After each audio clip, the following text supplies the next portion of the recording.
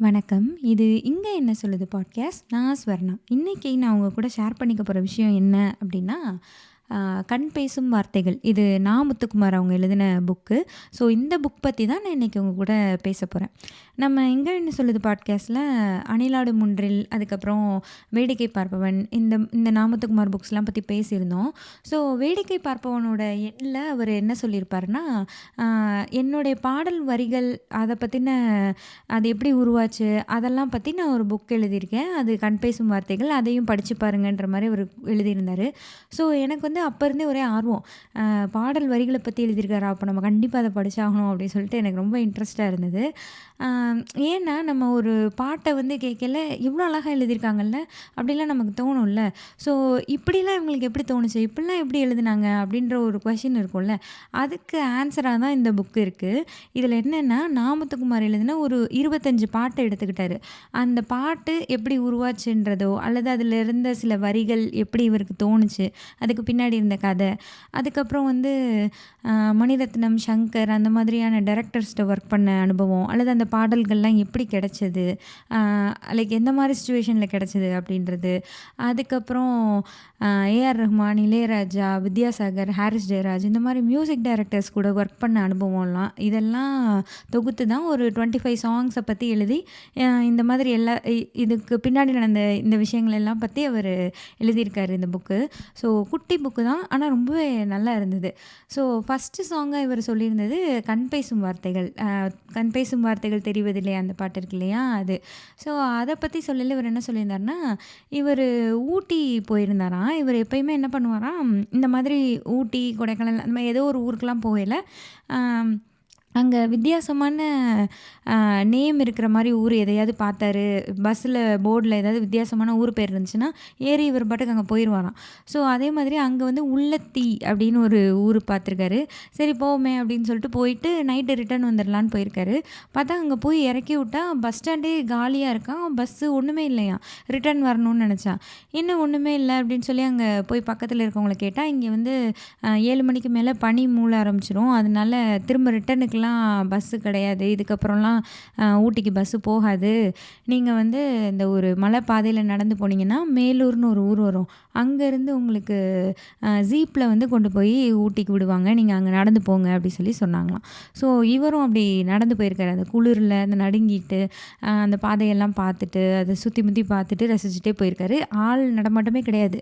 ஒரு வீடோ எதுவுமே கிடையாது அந்த பாதையில. அப்படி ஒரு பாதையில இவரு பௌர்ணமி நாள் அன்னைக்கு நடந்து போயிருக்காரு. ஸோ அந்த நிலா வெளிச்சம் மட்டும் இருந்திருக்கு. யாருமே இல்லைன்னா கூட அந்த நிலா வெளிச்சம் அப்படியே இருக்கு அப்படின்றது இவர் மனசுல தோணியிருக்கு. ஸோ இத தான் வந்து இவரு அந்த கண் பேசும் வார்த்தைகள் பாட்டு இருக்கு இல்லையா? அதில வந்து "காட்டிலே காயும் நிலவை கண்டு கொள்ள யாரும் இல்லை" அப்படின்ற வரிகள் இந்த சிச்சுவேஷன்ல இருந்து தான் எடுத்து எழுதினதா சொல்லியிருந்தாரு. அண்ட் அங்க வந்து ஆக்சுவலி என்னன்னா, ஒரு மேரேஜ் ஃபங்ஷன்லாம் நடந்திருக்கு. அந்த மேலூர்னு போனதுக்கப்புறம் அங்க ஒரு மேரேஜ் ஃபங்ஷன் அந்த மாதிரி ஏதோ ஒரு சடங்கு சம்பிரதாயம்லாம் நடந்திருக்கு.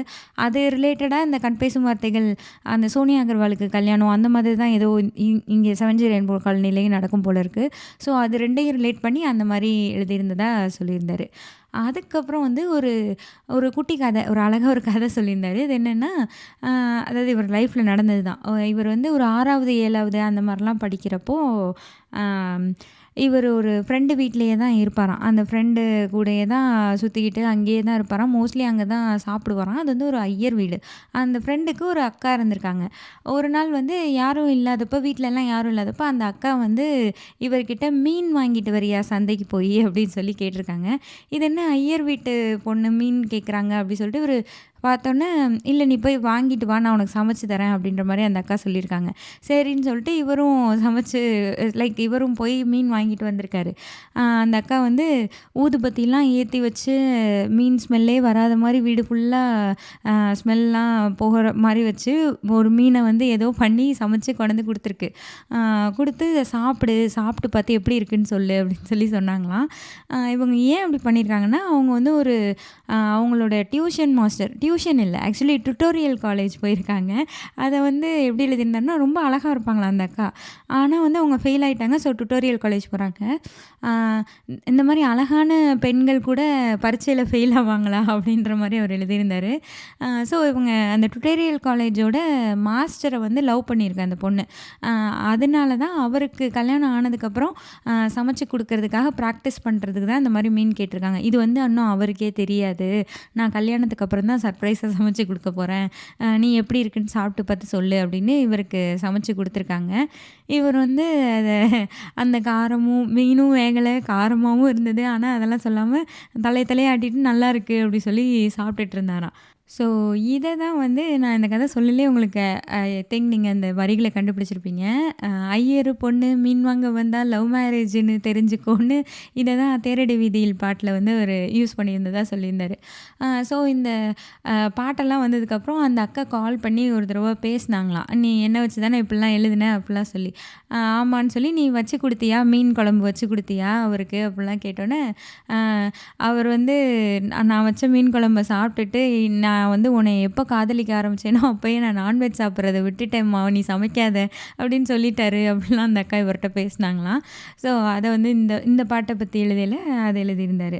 அ அதுக்கப்புறம் வந்து இன்னொரு இன்சிடென்ட் சொல்லியிருந்தாரு. இவரு அ பச்சையப்பா காலேஜுக்கு ஆப்போசிட்ல இவருடைய ஃப்ரெண்டு வந்து ஒரு லைக் ஒரு இது ஜெராக்ஸ் கடை போட்டிருந்தாங்களாம். ஜெராக்ஸ் கடை ப்ளஸ் டெலஃபோன் பூத்து. இவங்க ஃப்ரெண்ட்ஸ் கேங் எல்லாமே மதியம் 1 மணி ஆனா அந்த கடைக்கு ஆஜராயிருவாங்களாம். ஏன்னா, அந்த கடைக்கு வந்து கரெக்ட்டா 1 மணிக்கு அந்த டெலிஃபோன் பூத்துல ஃபோன் பேசுறதுக்காக ஒரு பொண்ணு வருமாம். பக்கத்துல ஒரு எக்ஸ்போர்ட் கம்பெனில வேலை பார்க்குற பொண்ணு வந்து அங்க வரும் அப்படின்னு சொல்லியிருந்தாரு. ஸோ அவங்கள பார்க்கறதுக்காகவே இவங்க ஃப்ரெண்ட்ஸ் கேங்லாம் அங்க ஆஜராயிருவாங்களாம். அந்த பொண்ண பத்தி இவரு எழுதியிருக்கையில எப்படின்னா, அசாதாரண அழகு அப்படின்லாம் சொல்லிற முடியாது. ரொம்ப நிறம் அப்படிலாம் இல்ல. பட் வந்து அந்த சுறுசுறுப்பு, அந்த வறுமையே ஒரு கம்பீரத்தையும், ஒரு அழகையும் தரும். அந்த அழகு அந்த பொண்ணுட்ட இருந்ததுன்னு சொல்லியிருப்பாரு. ஸோ அந்த பொண்ணு ஆனா வந்து ஒரு என்ன சொல்ல, ஒரு கருத்து போன செயினு, இத்து போன ஒரு ட்ரெஸ்ஸு, சாயம் போன சுடிதார் அதெல்லாம் தான் போட்டிருக்குமா. அத அவரு எப்படி எழுதியிருந்தாருன்னா, "தங்கத்தேரா இருந்தா கூட தகரத்தில தானே பூட்டி வைக்க முடியும். அது மாரி தான் அந்த பொண்ணோட ஆபரணங்கள்லாம் இப்படி தான் இருக்கும்" அப்படின்னு சொல்லி எழுதியிருந்தாரு. இந்த பொண்ணு 1 மணிக்கு அந்த பையன் லைக் அது லவ் பண்ற பையனுக்கு ஃபோன் பேசுறதுக்கு வருமாம். அந்த பையன்ட்ட வந்து பேசையில, "சொல்லு செல்லம், என்ன செல்லம் ஆச்சு?" அந்த மாரி ஒரு அத்தன செல்லம் போடுமாம்.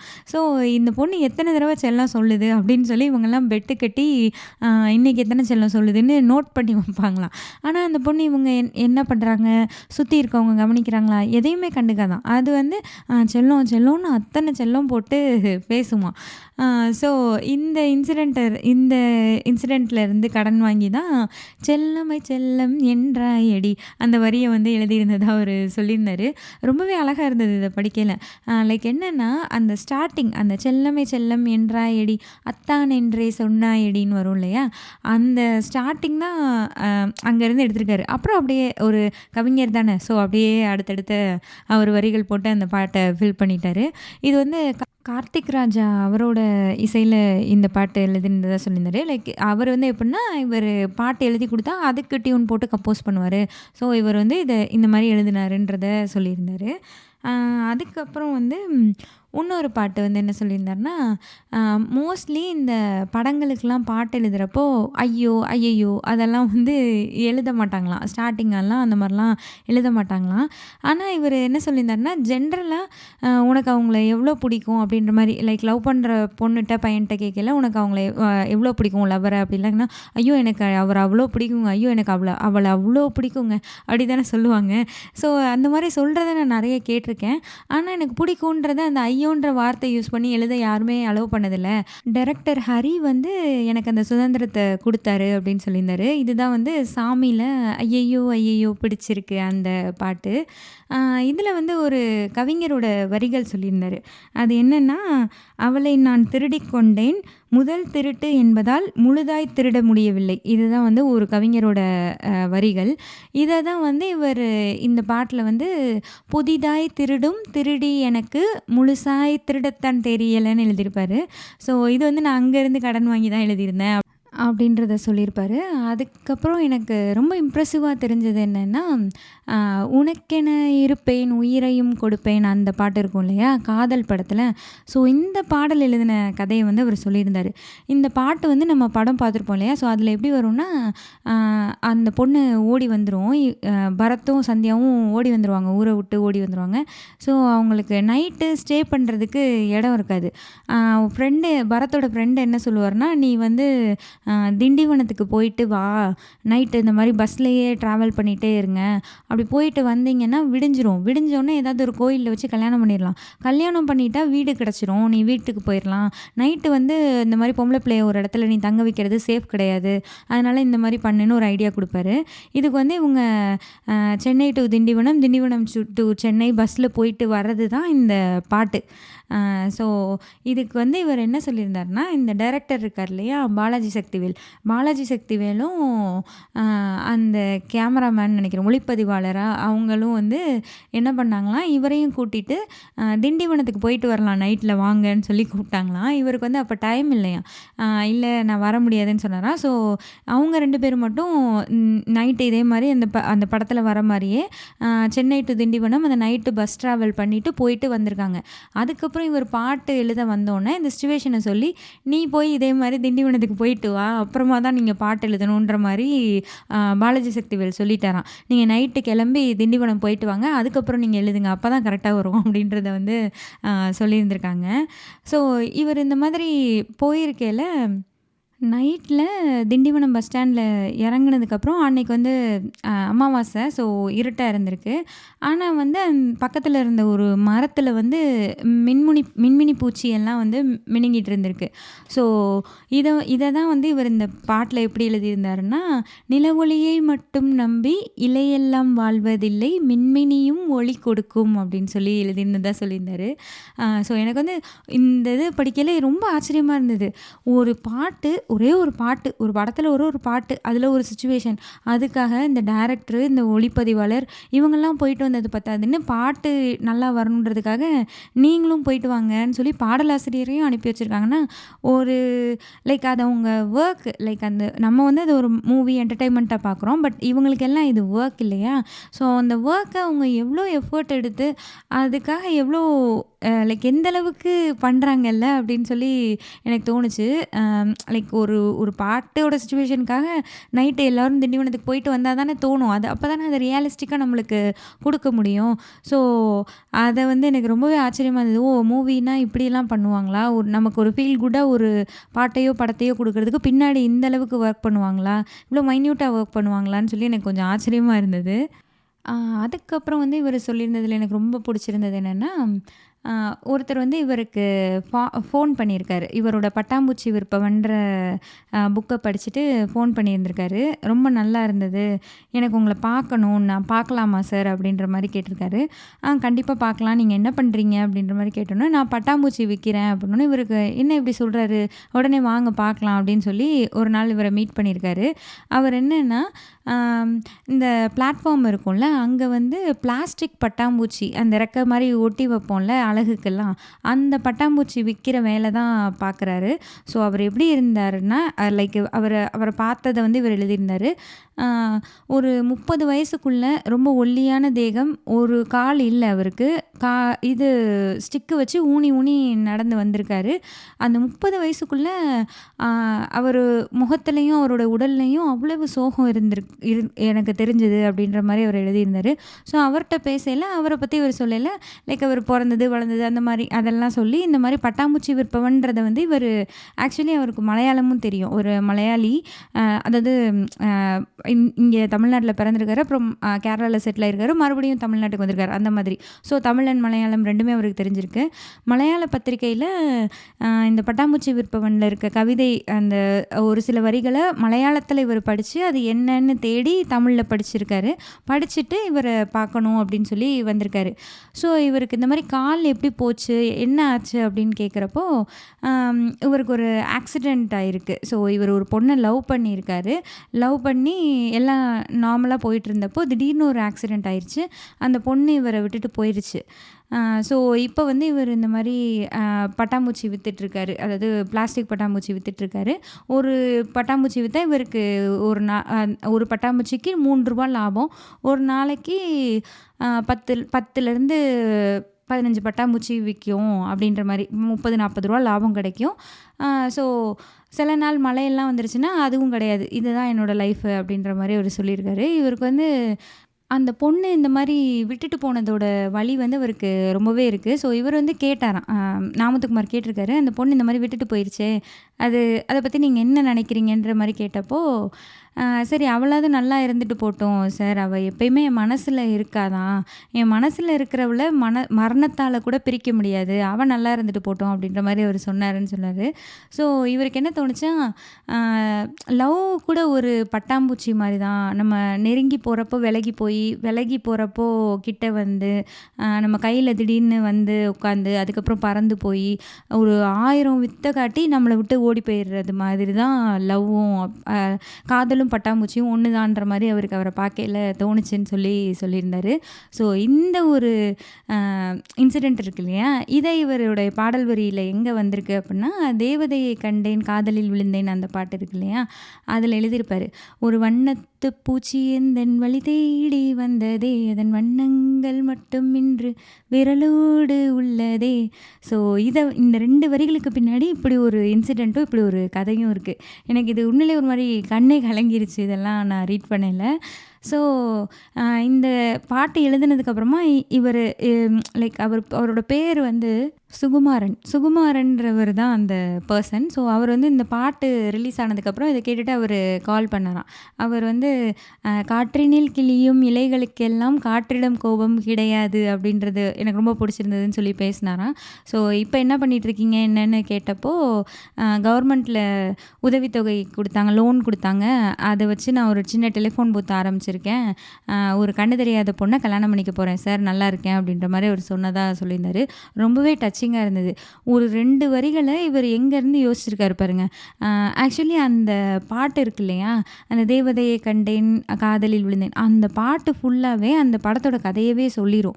ஸோ இதே தான் செல்வராகவனும் சொன்னாராம், நீங்கள் எழுதின ஒவ்வொரு வரிகள்லையும் என்னுடைய கதை இருக்குது அப்படின்றத, காதல் கொண்டேன் படத்தோட கதை இருக்குது அப்படின்றத அவர் சொல்லியிருந்தாராம். உண்மையிலேயே சூப்பராக இருக்கும். அந்த பையன் அந்த பொண்ணு அவங்க லைக் அந்த ரிலேஷன்ஷிப்பே ஒரு டிப்பிக்கலான ரிலேஷன்ஷிப்பை தான், ஒரு டிப்பிக்கலான ரிலேஷன்ஷிப்பை பற்றி தான் செல்வராகவனே அந்த படத்தில் பேசியிருப்பார். ஸோ அதை புரிஞ்சுக்கிட்டு அதை ஒரு அழகாக ஒரு பாடல் வரிகளுக்குள்ளே சூப்பராக கொண்டு வந்திருப்பார். அதை பற்றி தான் அதில் இருக்க அந்த 2 வரிகளை பற்றி தான் இந்த இன்சிடெண்ட்டாக அதில் சொல்லியிருந்தார். அண்ட் அதுக்கப்புறம் வந்து சுட்டும் விழிச்சுடரே. ஸோ இந்த பாட்டுக்கு வந்து என்னென்னா, டியூன் எல்லாம் போட்டுட்டு ஹாரிஸ் ஜெயராஜ் வந்து இந்த ட வர மாதிரி கசட தபர அந்த ட சவுண்டு வர மாதிரி நீங்கள் ஏதாவது எழுதுங்க, அப்போ தான் நல்லாயிருக்கும் இந்த மியூசிக்குக்கும் இதுக்கும் அந்த பீட்டுக்கும் அப்படின்னு சொன்னாராம். ஸோ இவர் வந்து பாரதியாரோட சுட்டும் விழிச்சுடரேன்றதை ஆரம்பிக்கலாம் அப்படின்றத சொன்னோன்னே டைரக்டர் ஏஆர் முருகதாஸும் ஹாரிஸ் ஜெயராஜும் உடனே ஓகேன்ட்டாங்களாம். ஸோ அந்த ரெக்கார்டிங் ஸ்டுடியோ இருக்கும் இல்லையா, ஹாரிஸ் ஜெயராஜோட ஸ்டுடியோ. ஸோ அங்கே வந்து ஒரு பூ கொத்து இருந்ததான், ஃப்ளவர் பொக்கே இருந்திருக்கு. அவர் அதை பார்த்துட்டே யோசிச்சுட்டே இருந்திருக்காரு. யோசித்து பூக்களை பற்றி நிறைய அவருக்கு தோணியிருக்கு. பூக்கள் பற்றி நிறைய சொல்லியிருந்தார். பூ எவ்வளோ வண்ணம் நிறைய இருக்கிறது, அந்த மாதிரி அதோடைய வாசம் அது இதுன்னு பற்றி நிறைய பேசியிருந்தார்.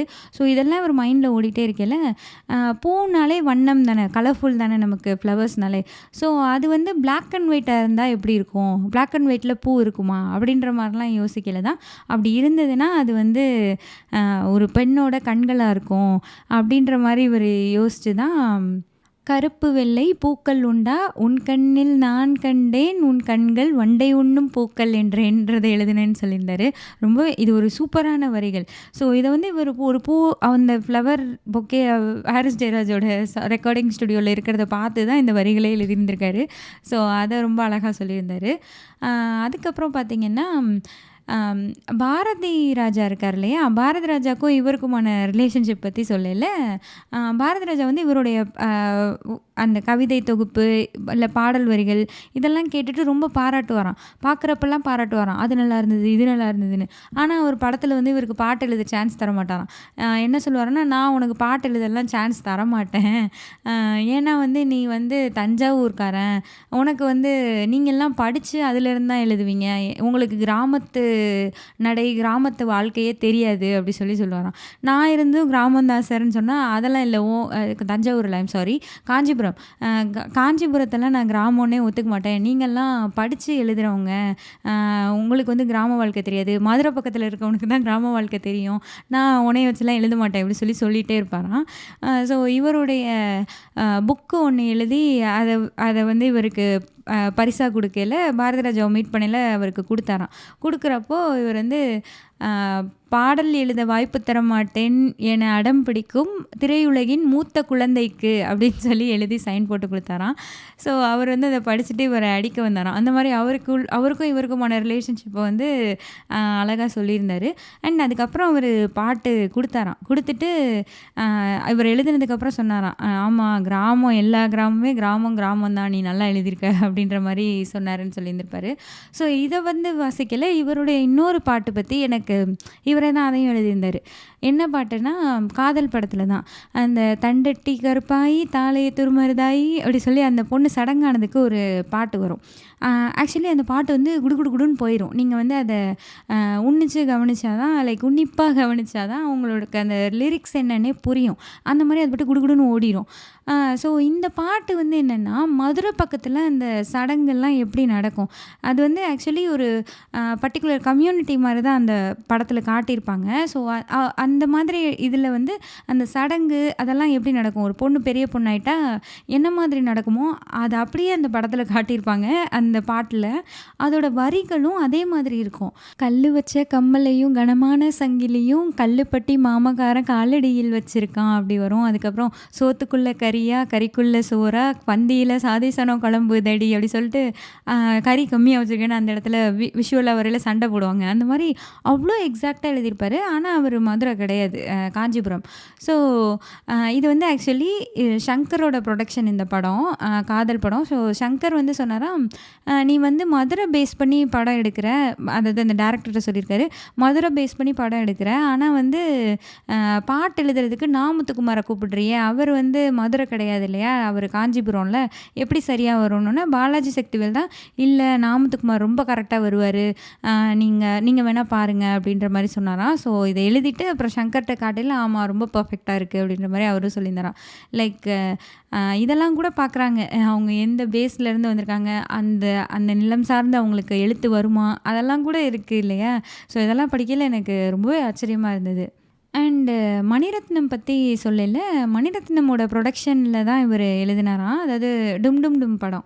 மெட்ராஸ் டாக்கீஸ் புரொடக்ஷன்ஸ் அது. ஸோ அந்த படத்துல வந்து ரகசியமாய் அந்த பாட்டு இவரு எழுதியிருக்காரு. அப்போ வந்து இவரு அப்போலாம் எப்படி எழுதுவாராம், கவிதைத்துவமா, இலக்கியத்தோட சேர்த்து அந்த மாதிரியாவே வரிகள் கொண்டு வர ட்ரை பண்ணுவாராம். ஸோ மணிரத்னம் அத வந்து வாசிச்சு பார்த்துட்டு சொன்னாராம், "நீ ரொம்ப இலக்கியம், கவிதை அதெல்லாம் கொண்டு வர. உன்னுடைய கவிதைகள்லாம் நான் படிச்சிருக்கேன். அது வந்து உன்னுடைய லைஃப்லேருந்து நீ எழுதியிருப்ப. உன்னுடைய அனுபவத்திலேருந்து எழுதியிருப்பீங்க. அந்த மாதிரி இதையும் வந்து நீங்க அனுபவத்திலேருந்து எழுதுனீங்கன்னா தான் நெறைய பேரோட லைஃப்ப அது டச் பண்ணும். அந்த மாரி எழுதுங்க." அப்படின்னு சொல்லியிருந்தாராம். அண்ட் இன்னொரு விஷயம் சொன்னாராம், "ஒரு பாட்டுக்கு வந்து ரொம்ப முக்கியமானது சிம்ப்ளிசிட்டி, ஸ்டாண்டர்டு, ஸ்டைலு, சவுண்டு இதெல்லாம் தான். இத மட்டும் மைண்ட்ல வச்சு நீங்க எழுதுங்க." அப்படின்ற மாரி மணிரத்னம் தான் மொத சொன்னாராம் இவருக்கு. ஸோ அதுலேருந்து தான் அவர் அந்த ரகசியமாய் பாட்ட எழுதினாராம். ஸோ இந்த பாட்ட பத்தி சொல்லயில, இந்த பாட்டு ரிலீஸ் ஆனதுக்கப்புறமா ஒருத்தவங்க இவருக்கு கால் பண்ணாங்களாம். அவங்க வந்து ஒரு லைக் சினி இண்டஸ்ட்ரியில யாரோ ஒருத்தவங்களோட பொண்ணு, பையன் அந்த மாதிரி நினைக்கிறேன். ஒரு ஹஸ்பண்ட் அண்ட் ஒய்ஃப் கால் பண்ணி, "நீங்க இந்த மாரி எங்க வீட்டுக்கு வரணும் கண்டிப்பா. நாங்க உங்களோட பேரன் அந்த மாரிலாம் சொல்லி கூப்பிட்டுருக்காங்க." இவரும் எனக்கு அது மறந்துருச்சு எக்ஸாக்ட்டா ஞாபகம் இல்ல யாருன்னு. ஸோ இவரும் போனாராம். இவர் போனப்போ அவங்க அந்த ரகசியமாய் பாட்ட தான் சொன்னாங்களாம். ஆக்சுவலி இவங்க 2 பேரும் ரொம்ப வருஷம் லவ் பண்ணி, அந்த ஹஸ்பண்ட் அண்ட் ஒய்ஃப் ரொம்ப வருஷம் லவ் பண்ணி பிரேக்கப் ஆயிட்டான். பிரேக்கப் ஆனதுக்கப்புறம் இவர் வேறு ஊருக்கு போயிட்டாங்களாம். லைக் துபாய் அந்த மாதிரி அவர் போயிட்டார் போல இருக்கு. அந்த ஒய்ஃப் வந்து இந்தியாவில் இருந்திருக்காங்க.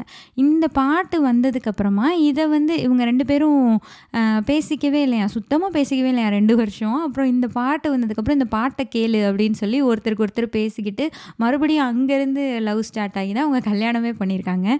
ஸோ அவர் வந்து நீங்கள் ஒரு பாட்டு எழுதுனீங்க, நான் பிரேக்கப் பண்ணேன்னா கல்யாணமே பண்ணிட்டேன், மறுபடியும் வேறு பாட்டு எழுதுங்க, இன்னொரு கல்யாணம் பண்ணுறேன் அப்படிலாம் சொல்லி விளையாட்டாக பேசிகிட்டு இருந்ததாக சொல்லியிருந்தாங்க. ஸோ இந்த பாட்டு இந்த பாட்டு வந்து மற்றவங்க லைஃப்பை டச் பண்ணணுன்னா நீ இந்த மாதிரி எழுதுன்னு சொன்ன மணிரத்னம்க்கு தான் அந்த இடத்துல தேங்க்ஸ் சொல்லணும் அப்படின்னு சொல்லியிருந்தார். அங்கேருந்து தான் அந்த ரகசியமாய் பாட்டில் இருந்து தான் இவர் எழுதுகிற அந்த ட்ரெண்டே மாறிச்சான். இவர் எழுதுகிற ஃபார்மேட்டு எல்லாமே வந்து மாற ஆரம்பிச்சது அப்படின்றத ஒவ்வொரு தடவையுமே அதுக்கு நான் மணிரத்னம்க்கு தேங்க்ஸ் சொல்லிக்குவேன் அப்படின்றத இவர் சொல்லியிருந்தார். அண்டு ஃபைனலி எனக்கு நாமத்துக்குமார் எழுதினதையே ரொம்ப ரொம்ப பிடிச்ச பாட்டான நினைத்து நினைத்து பார்த்தேன். அந்த பாட்டை எழுதினதை பற்றி தான் இவர் லாஸ்ட்டு சாப்டராக 25th சாப்டராக எழுதி முடிச்சிருப்பார். ஸோ அது வந்து எழுதுறதுக்கு முன்னாடியே அவர் என்ன எழுதியிருப்பார்னா, அந்த பாடல் வரிகளை எப்படி எழுதினேன்றதை ஆரம்பிக்கிறதுக்கு முன்னாடியே இவர் மரணத்தை பற்றி நிறைய எழுதியிருப்பார். ஏன்னா அந்த நினைத்து நினைத்து பார்த்தேன் பாட்டு 7Gல அதுதானே, அந்த பொண்ணு இறந்துருவா, இவன் வந்து கேள்வியாக கேட்குற மாதிரி இருக்கும், அவள் வந்து பதிலாக அதுக்கப்புறம் சொல்கிற மாதிரி 2 வேர்ஷன் இருக்கும். ஆக்சுவலி செல்வராகவன் இப்படி தான் கேட்டாராம்.